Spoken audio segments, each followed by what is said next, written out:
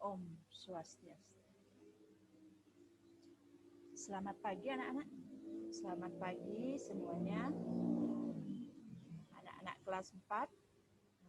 Bagaimana kabarnya sekarang? Semoga pagi ini anak-anak semua dalam keadaan baik. Ya. Sudah sarapan anak-anak? Ya. Sebelum kita mengerjakan sesuatu, kita pergi kamar mandi, cuci muka, membantu orang tua. Sesudah selesai masak kita sarapan ya, biar kita lebih sehat dan selalu berbahagia. Oke, nah, itu harapan ibu, dan semoga anak-anak selalu dalam keadaan sehat dan berbahagia. Oke, nah, semoga sekarang sebelum kita pada materi, mari kita dulu mengucapkan yaitu doa sebelum belajar. Ambil sikap yang baik, yaitu kita berdoa. Berdoa mulai. Om Awigenam Asti Namasidam. Om Siderasti Tad Astu Swaha. Terima kasih anak-anak. Anak-anak, sekarang untuk absen anak-anak ya, ibu share di WA. Nah, supaya anak-anak di sana mengabsen di WA grup. Oke. Dan anak-anak melalui WA kita mengabsen. Baik anak-anak, dari pelajaran agama Hindu sekarang dan budi pekerti, kita sudah pelajari minggu lalu yaitu tentang orang suci. Nah, itu anak-anak masih ingatkah dengan orang suci tersebut? Masih ingat anak-anak? Ya, masih. Dan tahu anak-anak dengan orang suci? Ya, tahu ya. Anak setiap sembahyang ke pura gitu, maksudnya melihat orang suci dan mengetahui yaitu memimpin persembahyangan itu adalah orang suci. Itu anak-anak ya. Itu ajaran minggu lalu. Sekarang sebelum kita mulai pembelajaran, untuk menanamkan semangat nasionalisme, mari kita itu dulu menyanyikan salah satu lagu wajib. Anak-anak, siapa yang tahu dengan judul-judul lagu wajib? Ya, judul lagu wajib diantaranya yaitu ibu ambil sekarang, yaitu Satu Nusa Satu Bangsa. Ya anak-anak, kita bernyanyi bersama-sama.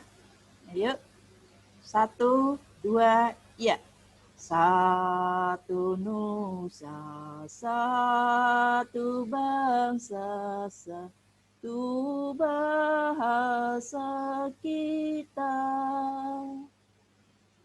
Tanah air pasti jaya untuk selama-lamanya. Indonesia pusaka, Indonesia tercinta, nusa bangsa dan bahasa kita bila bersama. Terima kasih anak-anak. Ya. Ya begitu. Adapun pembelajaran pada hari ini yaitu ibu ambil materi yaitu tentang catur pramana. Nggih. Catur pramana adalah sebagai cara mendapatkan pengetahuan. Hari ini itu kita lanjut dengan catur pramana. Adapun kompetensi dasarnya anak-anak, nah itu 1.3 menerima ajaran catur pramana di dalam mencari pengetahuan kebenaran. Ya, itu kompetensi kedua,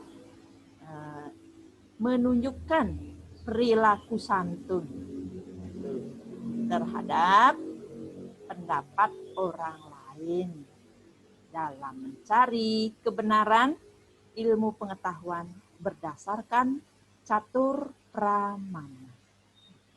Yang ketiga, 3.3 anak-anak memahami ajaran catur pramana dalam mencari pengetahuan kebenaran.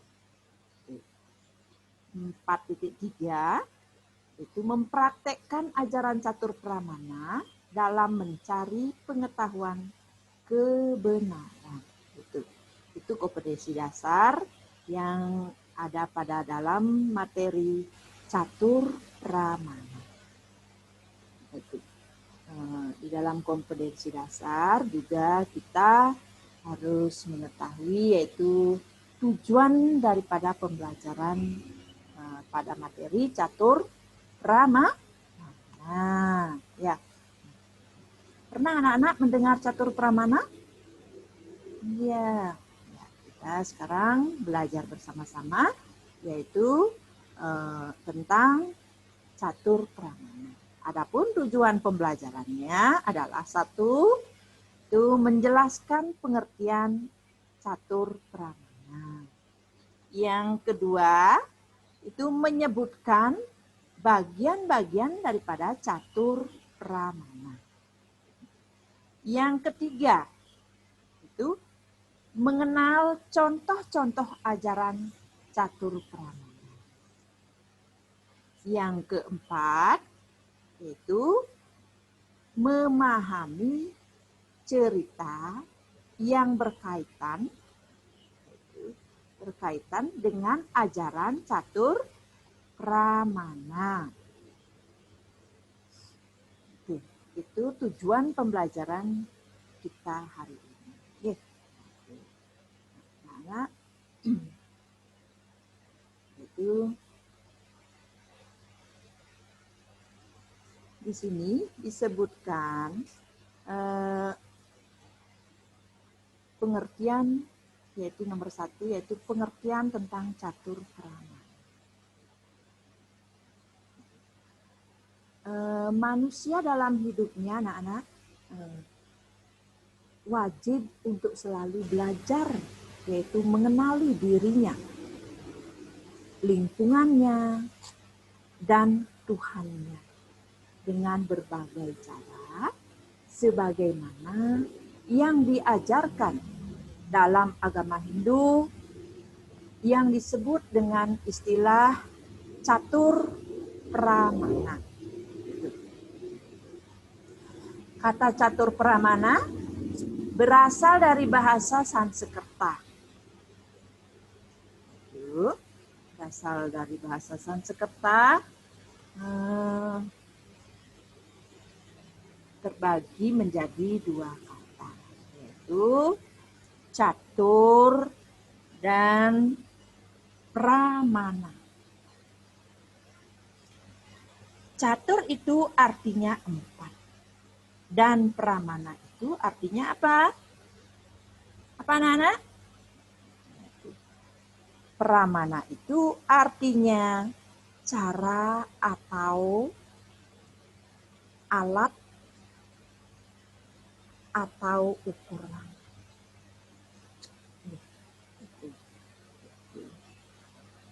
Paham anak-anak? Dengan catur pramana dibagi menjadi berapa? Menjadi 4. Catur pramana itu berasal dari bahasa Sanskerta. Terbagi menjadi 2 kata. Itu catur dan pramana. Nah, jadi di sini catur pramana itu adalah 4 kupasan atau 4 kupasan atau 4 jalan, yaitu akan untuk mengetahui hakikat kebenaran. Ya, aliran ini anak-anak diajarkan oleh filsafat Nyaya. Itu tokoh pendirinya adalah siapa? Yaitu Resi Gautama. Itu Resi Gautama ya. Ini adalah merupakan gambaran resi. Sistem berpikirnya ya realistis. Alat yang dipahami untuk mendapatkan kebenaran disebut pramana. Sedangkan pengetahuan yang berlaku dan benar itu disebut pramana. Jadi catur pramana itu artinya 4 jalan atau cara untuk mengetahui hakikat kebenaran. Dengan pendirinya itu adalah Resi Gautama. Udah anak-anak paham dengan pengertian catur pramana? Nah, sudah Ibu lanjutkan yaitu tentang bagian-bagian daripada catur pramana. Adapun anak-anak bagian-bagiannya catur pramana itu adalah sebagai berikut. Nomor 1 yaitu pratyaksa pramana. Apa itu artinya? Itu cara memperoleh pengetahuan kebenaran melalui pengamatan secara langsung. Itu pratyaksa pramana. Yang kedua anak-anak yaitu anumana pramana. Cara memperoleh pengetahuan melalui perbandingan. Nanti Ibu jelaskan lebih mendetail nanti di belakang ya. Jadi sekarang supaya tahu bagian-bagiannya. Yang nomor 3 anak-anak, upamana pramana. Itu cara memperoleh pengetahuan melalui perbandingan. Siapa dia anak-anak? Yang nomor 2 yaitu anumana pramana, memperoleh pengetahuan yang benar melalui penyimpulan. Yang ketiga upamana pramana, cara memperoleh pengetahuan melalui perbandingan. Yang keempat, sabda pramana atau agama pramana, yaitu cara memperoleh pengetahuan kebenaran melalui kitab suci dan penyaksian dari orang suci yang layak dipercaya kebenarannya. Ya, nah itu bagian-bagian catur pramana. Paham anak-anak? Itu ada 4 catur pramana, artinya 4 bagian. Pratyaksa pramana, anumana pramana, upamana pramana, dan sabda pramana. Disebut juga agama pramana. Sudah anak-anak? Nah, sekarang Ibu itu satu persatu Ibu jelaskan sekarang mulai yaitu pratyaksa pramana. Pratyaksa pramana itu adalah tentang pengamatan secara langsung. Sudah anak-anak ya, melalui panca indera. Itu dengan objek yang diamati. Itu mulai ada kita mengamati secara langsung. Pratyaksa pramana ini terdiri dari 2 tingkat pengamatan yaitu 1 yaitu nirwikalpa pratyaksa. Artinya pengamatan yang tidak ditentukan. Pengamatan terhadap suatu objek tanpa penilaian, tanpa asosiasi dengan suatu objek. Itu nirwikalpa pratyaksa. Yang nomor 2 yaitu sawikalpa pratyaksa.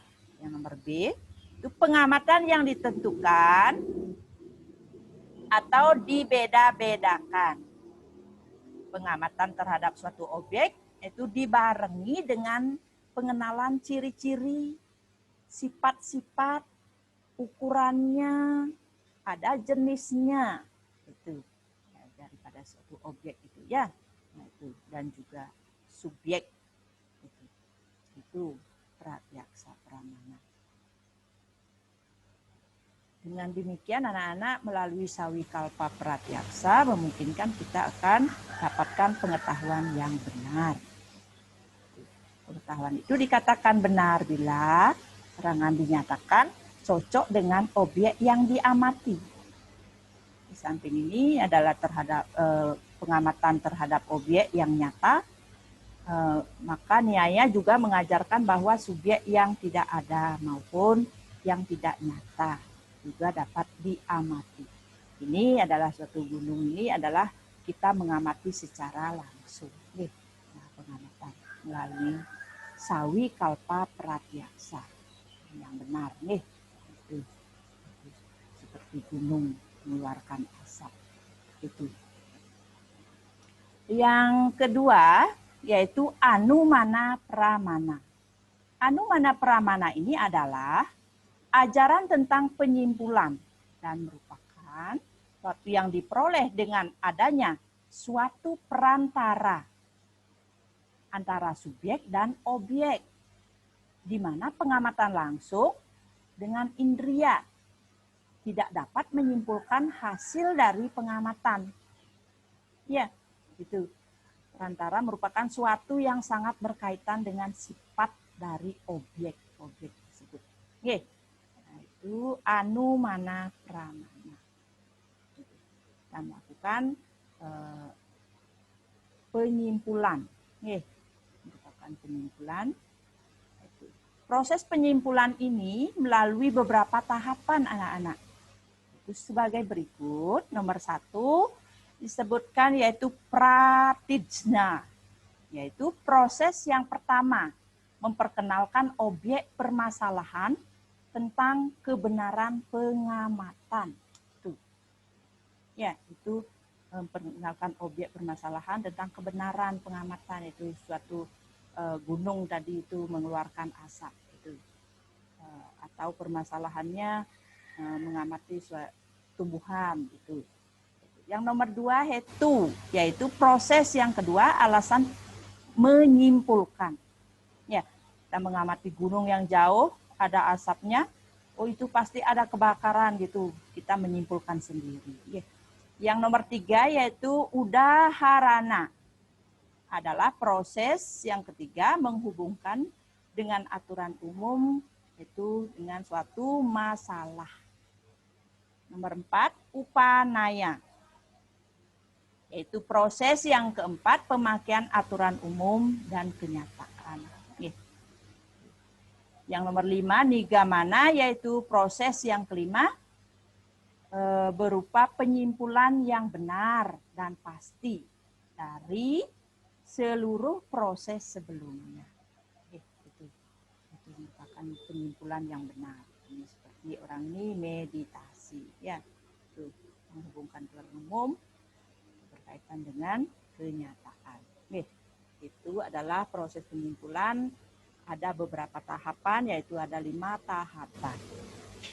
Sekarang Ibu lanjutkan yaitu tentang upamana pramana. Di dalam upamana pramana ini merupakan cara pengamatan dengan membandingkan dengan kesamaan-kesamaan yang mungkin terjadi atau terdapat dalam objek yang kita amati. Itu objek yang sudah ada atau pernah diketahui dengan melakukan perbandingan-perbandingan. Itu manusia akhirnya di dalam gambar ini juga disebutkan yaitu perbandingan antara apel dan tomat. Ya. Nah, itu bentuknya sama bulat, itu warnanya juga merah, namun rasanya tidak akan sama. Kita cuma perbandingan di dalam bentuknya. Nah, sama itu. Itu dari perbandingan ini manusia akhirnya percaya adanya Sang Hyang Widi. Banyak di alam semesta ini dapat dipakai sebagai perbandingan antara satu dengan yang lainnya. Itu upamana pramana. Kita lanjutkan anak-anak, yaitu tentang sabda pramana. Sabda pramana ini juga disebut dengan agama pramana. Sabda pramana juga sering disebut dengan agama pramana adalah suatu yang dipergunakan untuk mendapatkan pengetahuan dengan pemberitahuan, mendengarkan ucapan-ucapan atau mendengarkan cerita-cerita yang wajar, dipercaya, ya, karena disampaikan dengan kejujuran, kesucian hati, dan keluhuran budinya. Karena orang tersebut adalah para resi atau orang-orang suci yang biasanya disebut dengan laukika sabda. Di samping itu juga dengan membaca kitab suci Weda, kita mendapat pengetahuan mengenai adanya Sang Hyang Widi. Nah, di mana dijelaskan ajaran suci itu mengenai ketuhanan, yaitu kebenaran. Demikian pula mengenai kebesaran Sang Hyang Widi, di mana alam semesta ini merupakan ciptaan yang maha kuasa. Nah, siapa yang menciptakan alam semesta ini? Itu adalah Tuhan. Bisa kita mempercayai, ya, kita harus percaya adanya Tuhan itu menciptakan segala yang ada di alam semesta. Itu sabda pramana. Di sini anak-anak Sang Hyang Widi sehingga timbul keyakinan itu Sang Hyang Widi memang ada dan mempunyai kemampuan yang luar biasa.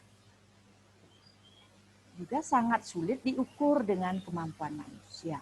Ini disebut apa? Waidika sabda.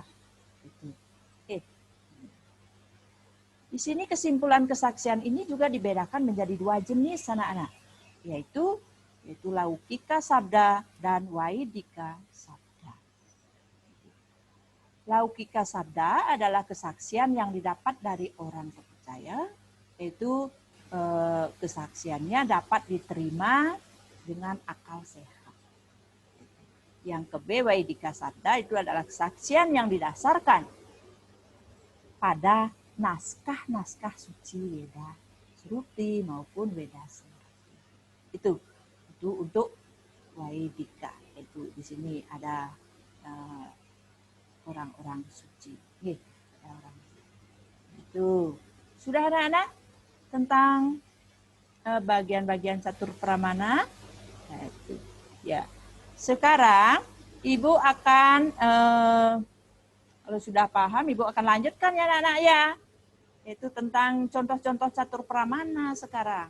Ya. Nah, itu. Lanjutkan yaitu contoh-contoh catur pramana. Contoh pratyaksa pramana ya di sini anak-anak. Contoh pengamatan nirwikalpa pratyaksa yaitu mengamati sesuatu tanpa mengetahui volume berat. Gitu.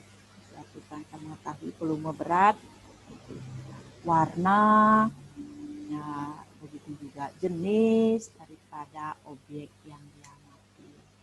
Misalnya melihat seutas tali, baru melihat seutas tali itu dilihat sebagai ular, ya, karena dia ular itu seperti tali anak-anak ya, itu. Karena salah memberikan sifat pada tali tersebut. Jadi ular seperti tali atau tali itu seperti ular, gitu. Nah anak-anak melihat tali atau ular.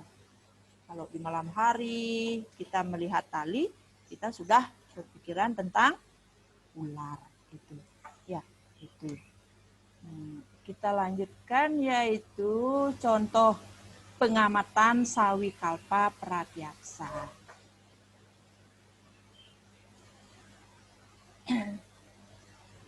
Pengamatan Sawikalpa Pratyaksa itu mengamati suatu objek yang menjadikan kita tahu dan mengerti secara betul tentang sasaran objek yang diamati, baik itu ukurannya, baik itu sifatnya maupun jenisnya. Misalnya mengamati tentang meja. Oh, anak-anak meja, anak-anak? Ya, tahu. Meja itu terbuat dari apa? Ada meja itu terbuat dari kayu, ada meja itu terbuat dari besi. Ya, anak-anak ya. Bentuknya juga apakah itu meja itu bulat atau segi empat. Jadi semua pengetahuan tentang meja itu dasarnya dari pengamatan langsung. Apa yang dilihatnya.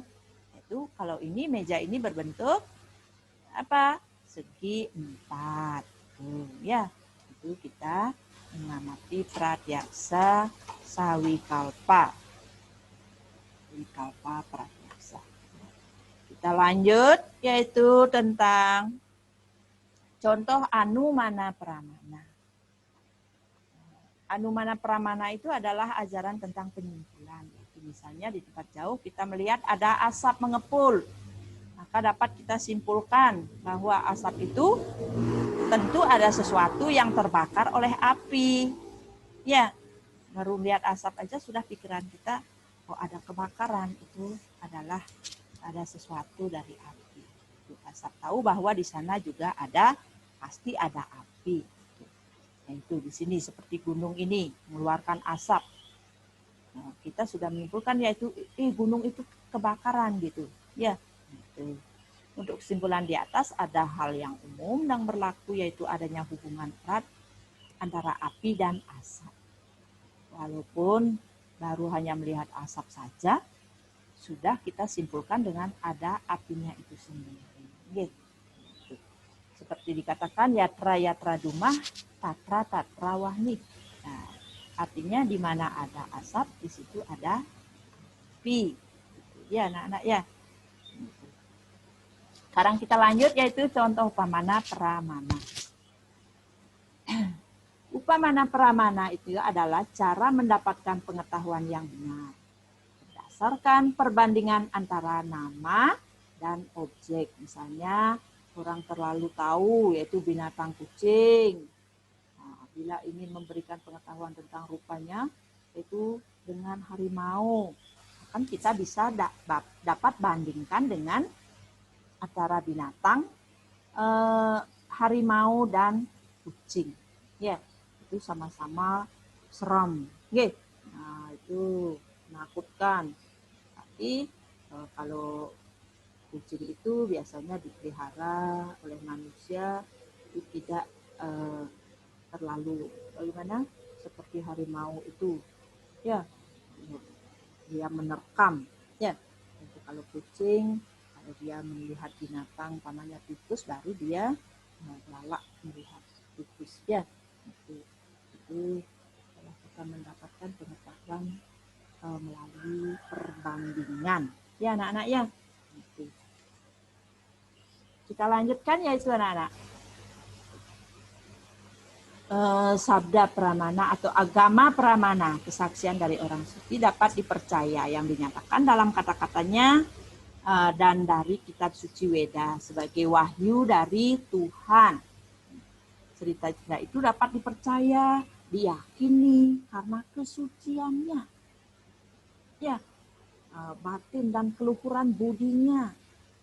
Daripada Maharsi itu, apa yang diucapkan atau diceritakannya menjadi pengetahuan bagi pendengarnya. Itu misalnya di Laukika Sabda contohnya seorang yang menderita sakit anak-anaknya. Ada yang umpamanya dia berobat ke dokter, di Laukika itu kita berobat yaitu ke dokter. Itu tidak mengetahui sakitnya, bagaimana tentang modelnya dokter memeriksa apa sakitnya bagaimana, ya itu adalah dalam Laukika Sabda. Itu yang nomor contoh yang nomor 2, yaitu kita mendengarkan, yaitu umpamanya Dharma Wacana yang disampaikan oleh orang suci, umpamanya melalui media TV, radio, anak-anak mendengarkannya yaitu lewat media tersebut. Jangan anak-anak menonton film kartun aja gitu. Sekali-sekali anak mendengarkan yaitu Dharma Wacana. Dharma Wacana dari orang suci. Nah, itu.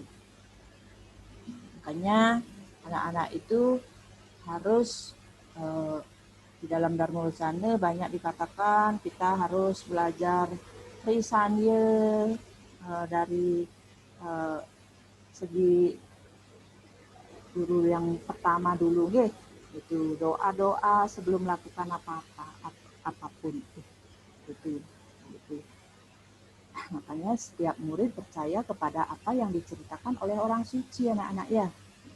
Yang nomor 2 yaitu Wedika Sabda, itu kesaksian yang didasarkan pada naskah-naskah suci, umpamanya seperti di gambar ini, yaitu membaca kitab suci Bhagavad Gita, yaitu kalau di sini yaitu mendengarkan di dalam Dharma Wacana orang-orang suci itu mendengarkan petuah-petuahnya, ya itu adalah contoh-contoh daripada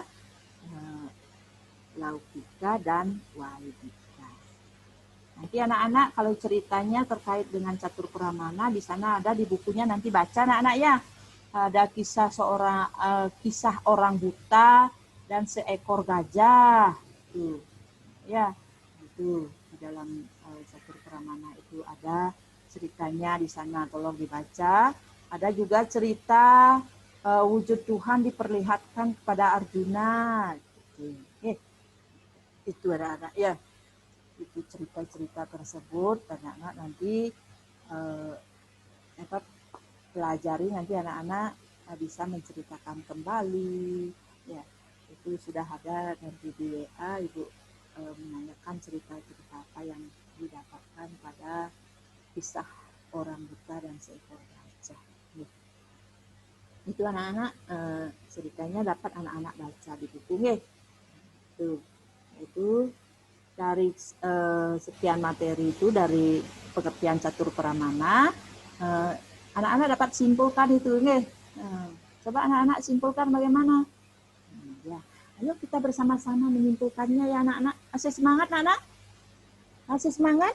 Ya, semangat, Nah, itu. Jadi kesimpulannya adalah catur pramana adalah 4 jalan atau cara untuk mengetahui hakikat kebenaran yang digunakan oleh umat Hindu untuk mengetahui kebenaran. Sesuatu dikatakan benar bagaimana? Jika masuk akal dan bisa dipertanggungjawabkan. Kita sesuatu apa yang dikatakan benar oleh agama Hindu kita laksanakan dalam kehidupan sehari-hari. Gitu. Sudah anak-anak paham dengan pengertian catur pramana semua? Ya, untuk akhir kata anak-anak, untuk penilaiannya, tugas anak-anak, nanti Ibu sudah share di WA anak-anak ya. Nanti tugasnya bisa dikerjakan, jangan lama-lama ya anak-anak ya. Ya cepat Ibu bisa memeriksa. Itu tentang, itu sudah Ibu share di grup ya. Itu aja anak-anak untuk akhir. Berarti anak-anak harus belajar di rumah dengan semangat. Jangan anak-anak baru di rumah belajar nggak mengerjakan tugas. Itu ingat karakter anak-anak ya. Karakter nomor berapa itu? Nomor 18. Harus tanggung jawab mengerjakan soal-soal yang diberikan oleh ibu guru, bapak guru di sekolah. Nah, jangan anak-anak menunda-nunda. Nanti tugas-tugasnya banyak nanti. Ya. diberikan dalam satu hari itu kerjakan, dikumpul, langsung dipotong, ya. Gitu. Makanya anak-anak harus bersemangat. Walaupun kita belajar dari rumah, kita harus bersemangat. Nah, itu ingat juga dengan protokol kesehatan, anak-anak kalau keluar rumah memakai masker. Cuci tangan dengan sabun di air mengalir. Gitu. Ada lagi pertanyaan anak-anak? Nah, kalau begitu nanti minggu depan anak-anak pelajari semua, nanti ada ulangan umum, nanti biar anak-anak mendapat nilai yang di atas KKM. Nah, akhir kata Ibu ucapkan Parame Santi. Om Santi, Santi, Santi. Om.